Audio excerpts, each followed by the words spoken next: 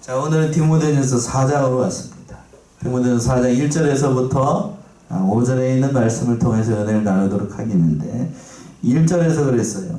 그러나 성령이 밝게 말씀하시기를 후일에 어떤 사람들이 어디에서 떠난다고 되어 있어요? 믿음에서 떠난다라고 되어 있는데 이 말씀 그대로 의지해서 믿음에서 떠나는 자가 있으리라는 말씀의 제목으로 수요 예배 시간 은혜를 나누도록 하겠습니다. 믿음에서 떠나는 자가 있을 것이다. 짧은 5절밖에 안 되는 말씀입니다만 이 말씀 중에 중요한 진리가 숨겨져 있습니다. 그래서 대절 두 개로 나눌 수 있는데 1절과 2절 믿음에서 떠나도록 미혹하는 자가 있을 것이다는 것이 1절과 2절에 있는 말씀이고, 두 번째는 이 미혹하는 자들의 거짓 가르침에 대해서 사도 바울이 논리적으로 논박하고 있는 두 개의 대지로 이렇게 나눠서 살펴볼 수가 있습니다.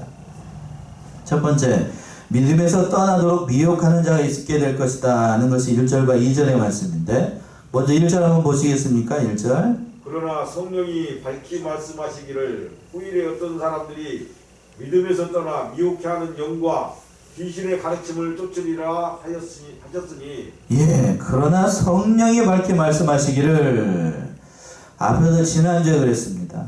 사도 바울이 뭐라고 그랬냐면 교회를 가리켜서 살아계신 하나님의 무엇이요? 집이요 또 진리의 기둥과 터라고 말씀했습니다. 그러니까 우리가 예배드리는 이 교회는 눈에 보이는 교회든지 눈에 보이지 않는 교회든지 살아계신 누구의 집이라고요?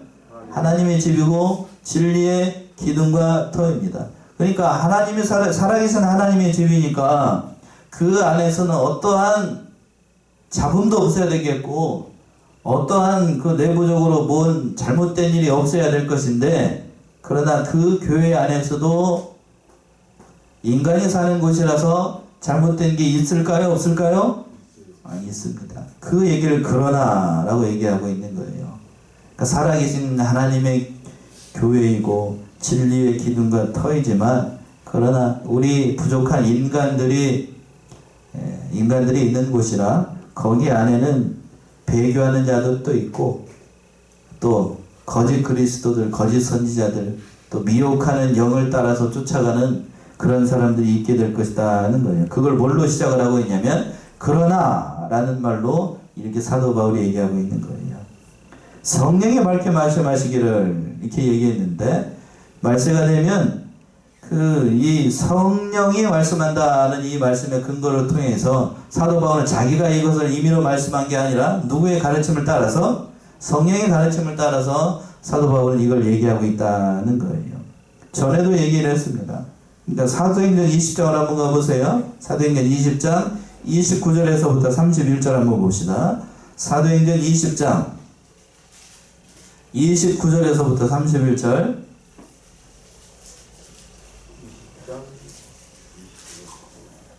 20장 29절에서부터 31절.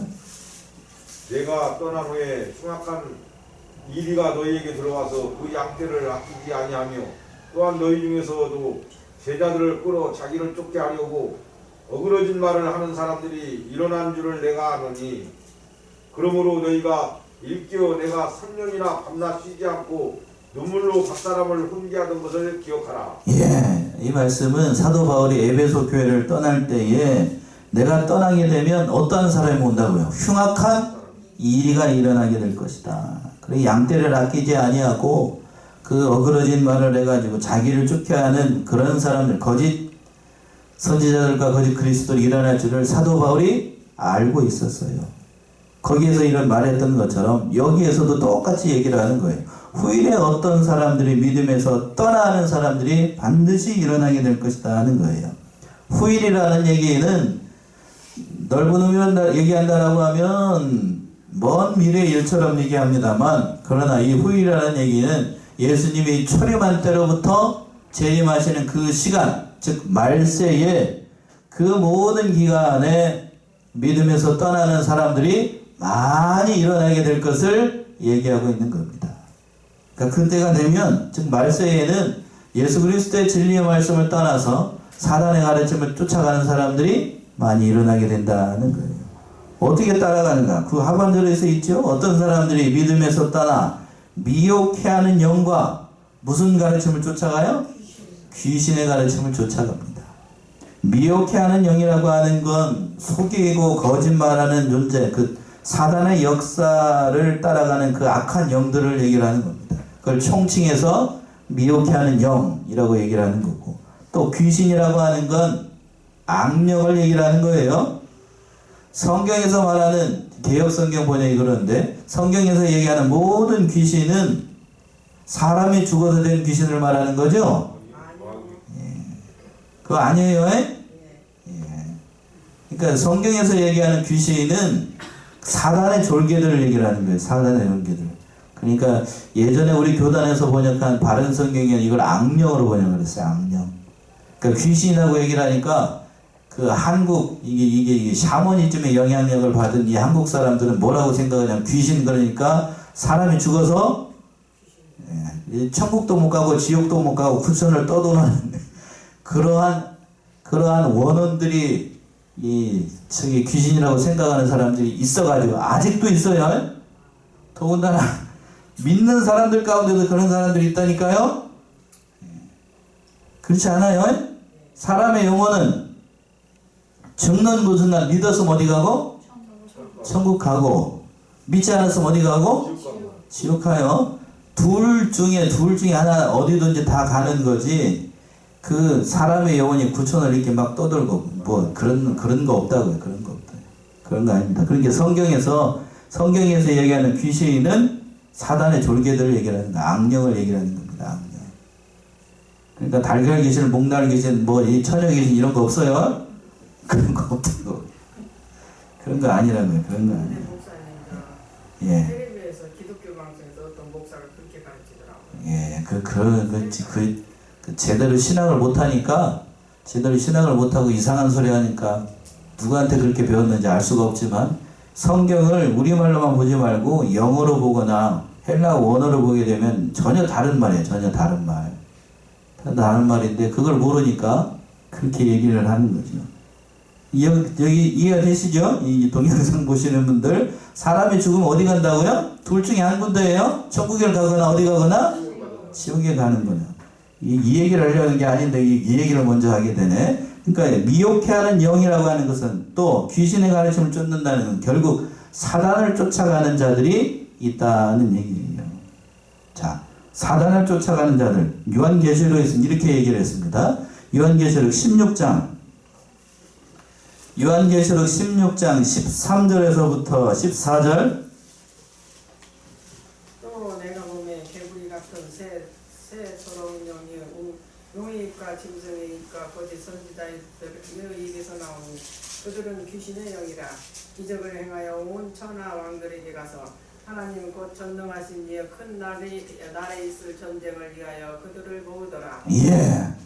자, 여기서 보게 되면 요한계시록 16장에서 보게 되면 아주 재밌게 표현을 했는데, 그 악령의 역사를 이렇게 표현을 했어요. 또 내가 봄에 누가 봤다는 거죠? 요한이, 사도 요한이 봤다는 거예요. 개구리 같은 새 더러운 영이, 그러니까 그 개구리 같이 생겼나 봐요. 영이, 그 영물이, 그 더러운 영이 용의 입, 또 짐승의 입, 또 뭐요? 거짓 선지자의 입. 그러니까 악령의 삼위일체죠. 예, 악령의 삼위일체예요. 악령의 삼위일체. 용의 입, 짐승의 입, 거짓 선지자의 입에서 나오는데, 저희는 무슨 영이라고요? 귀신의 영이라. 귀신의 영. 그러니까 이들이 그 온 천하에 다니면서 세상 임금 속에 다 들어가 가지고 큰 전쟁, 마지막 그 전쟁을 위해서 자기 편들을 다 모아요. 자기 편들을 모아요. 그러니까 하나님을 대적하는 자들은 다 이렇게 누구를 따라가요? 결국 그 배후에 사단의 꾀에 넘어가서, 그 오늘 본문의 말씀에 있는 것처럼 미혹해하는 영의 역사와 귀신의 가르침을 쫓아서 결국에는 그렇게 하나님을 대적하는 자들이 일어난다고 하는 얘기입니다. 그러니까 그 배후를 따지게 되면 인간을 타락하게 만들고 이런 인간에게 악한 일을 하는 것은 다 누가 그 배후에서 조종하고 있는 거예요? 결국 사단이 조종하고 있는 거예요. 사단이. 그러니까 사도 바울은 그렇게 영적으로 이 모든 것을 얘기하고 있는 거예요. 그러면 이 거짓 가르침과 그 사단의 가르침을 쫓아가는 자들은 어떠한 자들이 결국 따라가게 되는가? 그 1절 다시 한번 보시면 이렇게 되어 있잖아요. 그러나 성령이 밝게 말씀하시기를 후일에 어떤 사람들이 뭐에서 떠난다고요? 믿음에서 떠납니다. 그럼 어떤 사람들이 믿음에서 떠나는가? 데살로니가 후서로 가게 되면 진리를 사모하지 않는 사람들이 여기에 미혹에 빠진다고 되어 있어요. 데살로니가 후서 2장을 보세요. 우리가 한번 봤습니다. 데살로니가 후서 2장 9절에서부터 12절. 데살로니가 후서 2장 9절에서부터 12절. 악한 자의 임함은 사단의 역사를 따라 모든 능력과 표적과 거짓 기적과 우리의 모든 속임으로 멸망하는 자들에게 임하리니 이는 저희가 진리의 사랑을 갖지 아니하여 구원함을 얻지 못함이니라. 이러므로 하나님이 유혹을 저희 가운데 역사하게 하사 거짓 것을 믿게 하시면 진리를 믿지 않고 불의를 좋아하는 모든 자로 심판을 받게 하려 하십니다. 예, 이 말씀에 의지해서 우리가 생각해 본다라고 하면, 그러니까 어떤 사람들이 후에 어떤 사람들이 믿음에서 떠나서 미혹이 하는 영과 귀신의 가르침을 쫓아가는 이유가 뭔가? 왜 쫓아가는가? 데살로니가 후서 2장 9절 이하에서 정확하게 얘기하고 있잖아요. 악한 자의 이 마음은 사단의 역사를 따라 모든 능력과 표적과 거짓 기적과 불의의 모든 속임으로 멸망하는 자들에게 임하게 되는데, 그 멸망하는 자의 정체가 이는 저희가 뭐를 사랑을 받지 못해요? 진리를 사랑을 받지 못하고 구원을 얻지 못하는데 왜 그런가? 이러므로 하나님이 저희를 저희 가운데 역사하게 하사 거짓 것을 어떻게 하고? 믿게 하고 진리를 믿지 않고 뭘 좋아해요? 불의를 좋아하는 모든 자로 뭐를 받게 하신다고요? 심판을 받게 하는. 결국 그러니까 진리를 좋아하지 않고 불의한 것을 좋아하니까 결국 사단의 미혹을 받아서 심판을 받게 된다는 거예요. 그러니까 진리를 떠나는 사람, 믿음의 세계를 떠나는 사람들은 궁극적으로 누구의 심판이라는 거예요? 하나님의 심판이라는 거예요. 무서운 겁니다. 믿다가 믿음 생활하다가 타락해서 그 자리를 지키지 못하고 타락하게 되면 그 사람은 더 불쌍한 거예요. 더 불쌍한 겁니다. 왜? 하나님 앞에 하나님 일을 하는 것처럼 쓰였다가 나중에 가서는 어떻게 되니까요? 하나님의 심판을 받아서 쫓겨나게 되는 거니까 더 불쌍한 자들이야. 아예 처음부터 하지 않는 자들보다 못해요. 사람들로부터도 요거도 먹고, 그 다음에 하나님으로부터도 버림받고, 그런 자들이 있어요. 성경에 그런 자들, 예수님의 제자 가운데 한 사람이 있죠. 누구죠? 가룟 유다.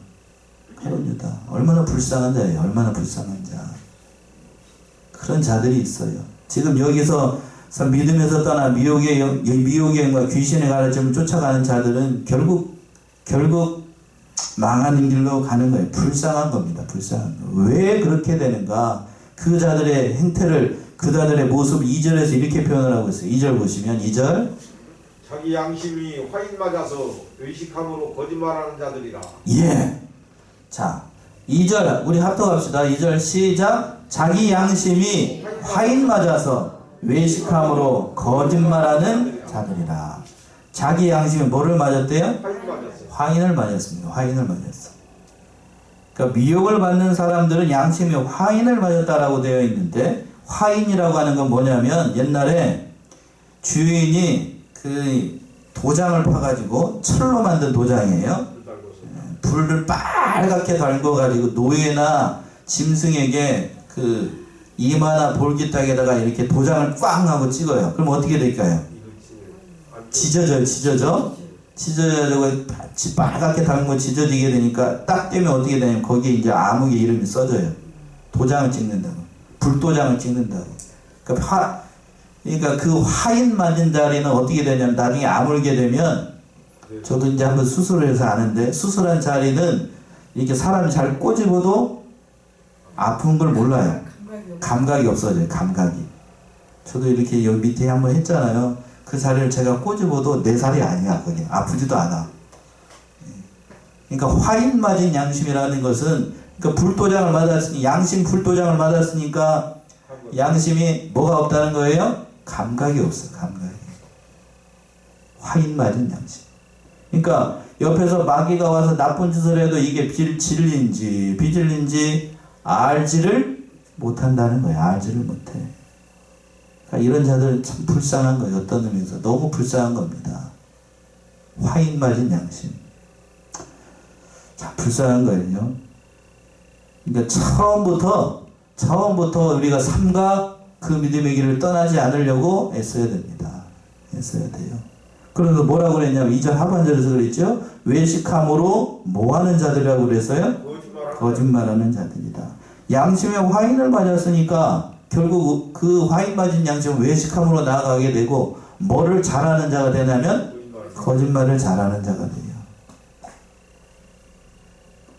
양심이 바로 쓰지 못하고 양심이 화인을 맞으면 믿음이 어떻게 된다고 되냐면 디모데전서 1장에서는 파산한다고 그랬죠. 1장 19절이잖아요. 1장 19절 20절. 믿음과 착한 양심을 가지라. 어떤 이들이 이 양심을 버렸고 그 믿음에 관하여는 파선하였느니라. 그 가운데 후메네오와 알렉산더가 있으니 내가 사단에게 내어준 것은 저희로 징계를 받아 해방하지 말게 하려 함이니라. 예, 믿음과 착한 양심을 가지라. 어떤 이들이 이 양심을 버렸고 그 믿음에 관하여는 어떻게 되어버려요? 파산해버립니다. 한번 이 화인 맞은 양심이 되면 사람이 완전히 짐승보다도 못한 사람이 돼요. 짐승보다도 못한 사람. 참 거짓말하는 그러니까 부도덕함이나 교회의 그 모든 일들을 그러니까 서슴없이 이 모든 일들을 다 이렇게 하게 되는 거고 결국 겉으로 봤을 때에는 경건하게 보이고 또 지혜롭게 보이고 유식하게 보일지 모르지만 그 모든 일들을 할 때 배후에서는 외식하고 겉만 번지르하고 그렇게 일을 하게 된다는 거예요. 그러니까 다 마귀의 역사로 이렇게 되는 거죠. 이런 사람들 결국에는 이 사람들 심판을 받아서 자게 되는데 교회는 그러니까 이 마귀의 역사를 받은 사람들은 결국 이런 사람들이 다 들어와 가지고 교회를 어지럽게 만들고 말세 그다음 이런 사람들이 더 많이 일어나게 된다는 거예요. 화인 맞은 양심. 우리는 이런 사람들 되면 안 됩니다. 우리 이런 사람이 되면 결국 하나님께도 버림받고 사람한테도 버림받아요. 사람한테도. 참 자꾸의 우리 나라의 형편이 이런 사람들이 점점 더 많아지는 것 같아서 참 안타까운데 그런 사람들이 되면 사람한테도 버림받고 누구한테도 버림받아요? 하나님한테도 버림받아요. 하나님한테도. 우리 신앙을 믿는 사람에게 있어서 가장 중요한 덕목을 찾으라고 하면 김현봉 목사님이 이병규 목사님에게 이렇게 사사하셨다고 하는 그 가르침 우리 교단에서는 이걸 세 가지를 잘 가르치죠. 첫 번째는 뭐 하라고 그랬어요? 세 가지. 일심, 정력. 두 번째, 삼가, 조심. 마지막으로 선한 양심. 신앙 양심을 바로 쓰라고요. 그 양심이 참으로 중요해요. 신앙 양심. 믿는 사람이 양심을 바로 쓰지 못하면 외식하는 자가 돼서 결국 하나님으로부터 버림받는 그런 자가 된다는 거예요. 그런 자리에 빠지지 말라는 겁니다. 그래서 그런 자들이 어떠한 가르침을 이루게 되는가 그 말씀 오늘 3절에서부터 5절까지 사도 바울이 얘기를 하고 있는 거예요.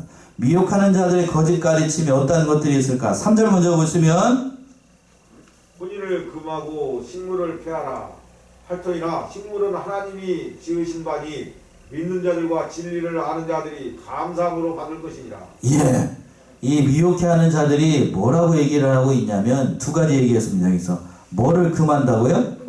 혼인을 금한다. 그 당시의 결혼을 죄악시하고 독신생활을 마치 신성한 것처럼 여겨가지고 그 결혼하지 않고 하는 것이 하나님 앞에서 더 정결한 것이다 라고 얘기를 하는 사람들이 있었다라고 하는 거예요. 이게 맞는 얘기인가요? 아니에요. 혼인 제도는 누가 내신 제도죠? 하나님이 내신 제도예요. 하나님이. 그래서 이게 혼인을 금하고라는 말을 이게 혼인이 마치 혼인하는 것을 죄악시해 가지고 기독교 목사들은 결혼하기 때문에 천주교 목사들에 비해서 보게 되면 별로다라고 이렇게 생각하는 사람들이 오늘날 세상 사람들이 믿는 자들 가운데서도 있어요. 그런가요? 그렇지 않아요. 천주교에서는 그래서 천주교 신부들이 뭐 하지 않는다고요? 결혼하지 않습니다. 마치 그것이 뭐한 것처럼 생각해서 신령한 것처럼, 신성한 것처럼 여긴다고요. 여러분들 가운데서도 동영상을 보시는 사람 가운데 그렇게 생각하는 사람도 있다라고 하면 그건 하나님께서 내신 제도에 대한 도전이에요. 하나님께서 세우신 질서에 대한 도전이고 결코 그렇지 않습니다.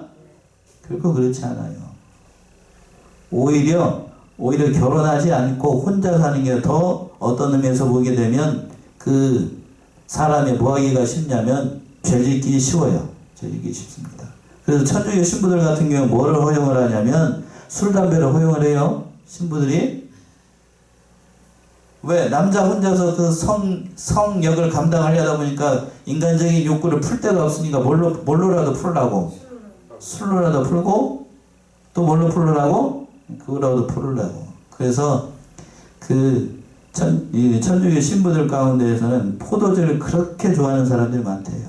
담배 피우는 건 우리 문화에서 좀 그러니까 성찬식을 하거나 저거를 하고 날 때에 남는 포도주들이 많잖아요. 저쪽에는 포도주를 합니다. 포도주를 안 하고 그거를 다 남은 걸 누가 다 마실까요? 예.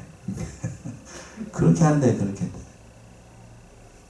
그러니까 제가 특정 종교를 비방하는 것이 아니라 그렇다라고 하는 거예요. 그게 다 어디에 영향력을 받았냐면 이 초대교회 때에 이 잘못된 사람들이 얘기하는 이 사단의 미혹을 받았던 사람들이 가르치는 그 가르침을 따라서 지금 이 시간까지 내려왔던 거예요. 그리고 또 뭐라고 그랬냐면 두 번째 뭐를 폐한다고요? 식물을 폐한다. 이 식물을 폐한다는 얘기는 고기를 먹지 않고 또 하나님께서 내신 그 모든 것을 가지고 금식하는 것이 마치 하나님 앞에서 봤을 때에 신령한 것처럼 얘기하는 사람도 많다는 거예요. 물론 성경에서 보게 되면 하나님 앞에 자신의 마음을 표현을 할 때 금식기도 하는 경우가 있나요, 없나요?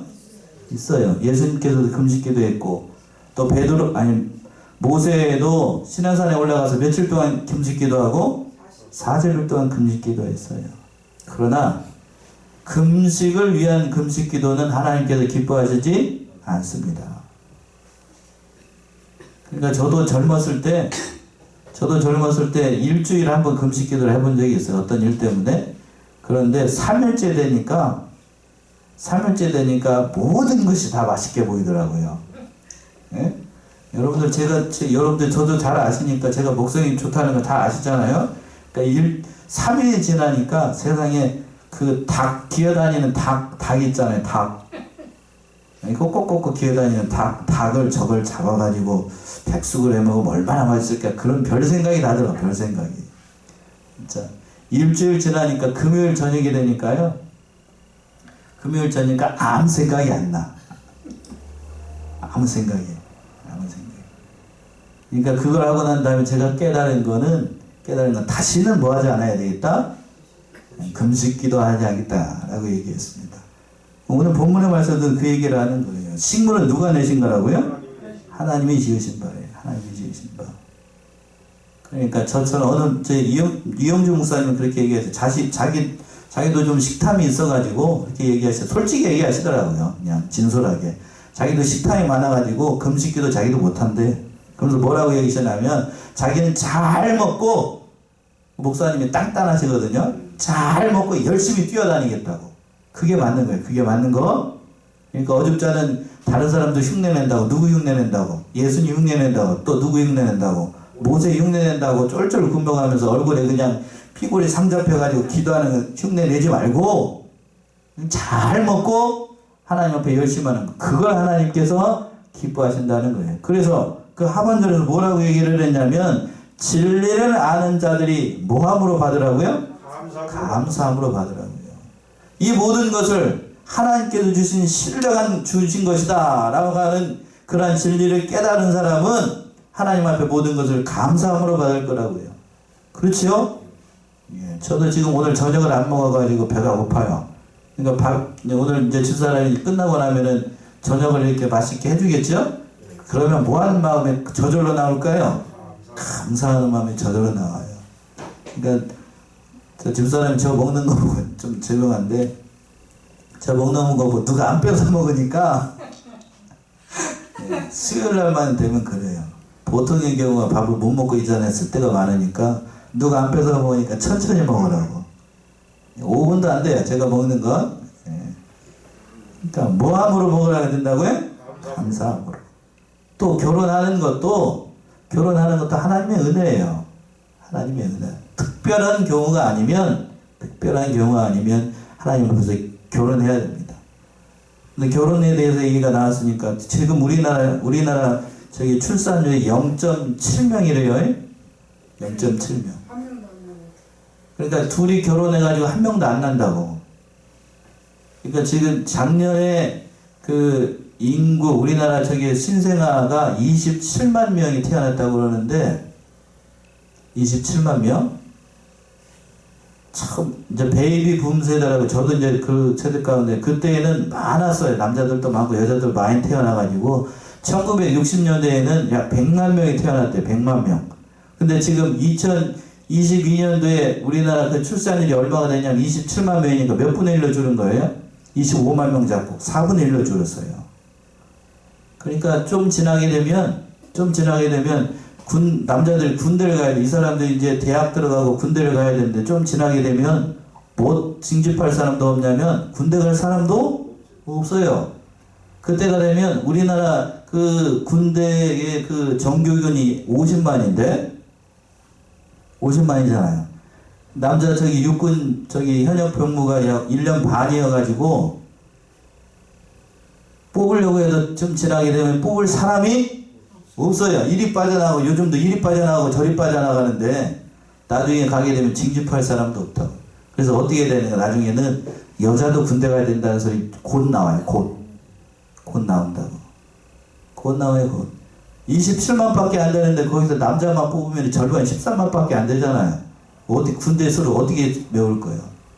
얘기가 잠시 딴 데로 샜습니다만 그 혼인을 금하는 것 또 식물을 폐하는 것 그건 하나님 앞에서 봤을 때 옳은 게 아니라는 얘기입니다. 식물은 다 하나님이 내셨어요. 하나님께서 창조하신 거고 그 모든 것을 감사함으로 받으면 되는 거지 그걸 가지고 자기의 믿음을 나타내려고 하는 건 하나님 앞에서 죄 짓는 거예요. 죄 짓는 거. 그렇죠? 4절의 말씀이 그 말씀은요. 4절 보시면 하나님의 지으신 모든 것이 선함에 감사함으로 받으며 버릴 것이 없나니 예. 하나님이 지으신 모든 것이 뭐함에? 선함에 감사함으로 받으면 뭐 할 것이 없다고요? 버릴 것이 없어요. 그러니까 사도 바울은 여기서 하나님께서 지으신 모든 것이 다 선하다라고 얘기했어요. 그러니까 하나님께서 이 세상에 낸 모든 것은 다 악한 게 아무것도 없어요. 없습니다. 다 선해, 다 선합니다. 자, 하나님께서 천지 창조를 하시고 난 다음에 그 엿새 동안에 창조하신 모든 창조 세계를 보시고 하나님께 하신 말이 있어요. 창세기 1장 31절이죠. 뭐라고 얘기했습니까? 하나님이 창세기 1장 31절 하나님이 지으신 그 모든 것을 보시기에 심히 좋았더라. 저녁이 되고 아침이 된 이는 6째 날이니라. 예, 하나님께서 6일 동안 천하의 모든 우주 만물을 다 창조하시고 난 다음에 하신 말씀이 이거예요. 뭐라고 그랬냐면 하나님이 그 지으신 모든 것을 보시기에 심히 좋았더라.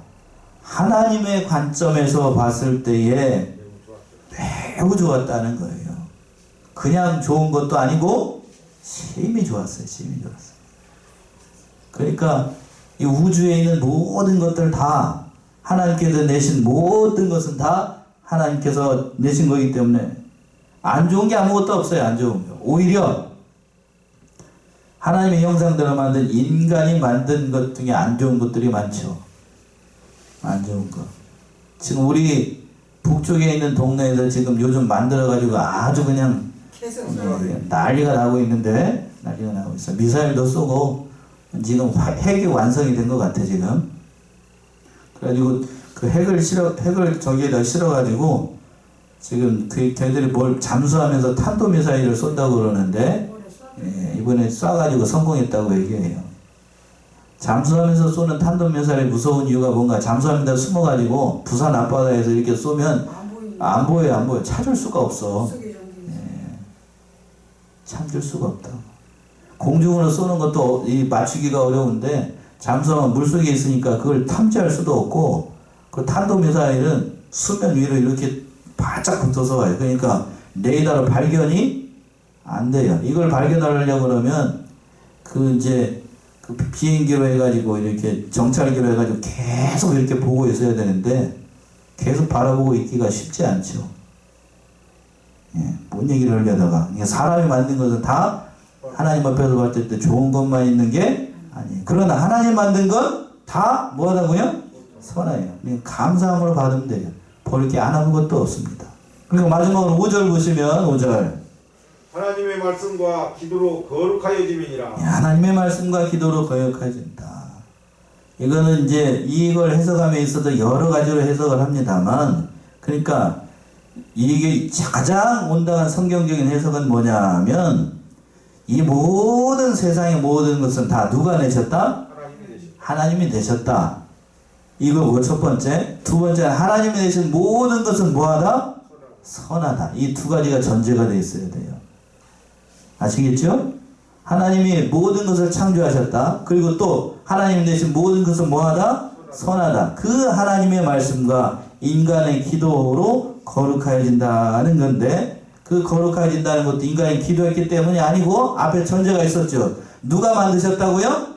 하나님이 만드셨고, 또 하나님께서 만든 것은 뭐하다? 다 선하다. 그러니까 그 기도를 감사함으로 받으면, 그 모든 것을 감사함으로 받으면 거룩해진다는 얘기예요. 오늘 이 말씀처럼 참으로 우리가 이 말씀을 바로 깨달아서 참 진리를 어그러뜨리고 있는 이 세대를 잘 분별해 나가고, 그 모든 면에서 바로 사용하고, 또 성령의 역사를 따라서 물질면이나 또는 모든 면들을 잘 해나가는 사랑하시는 성원의 성도님들 모두가 되셔야 되겠습니다.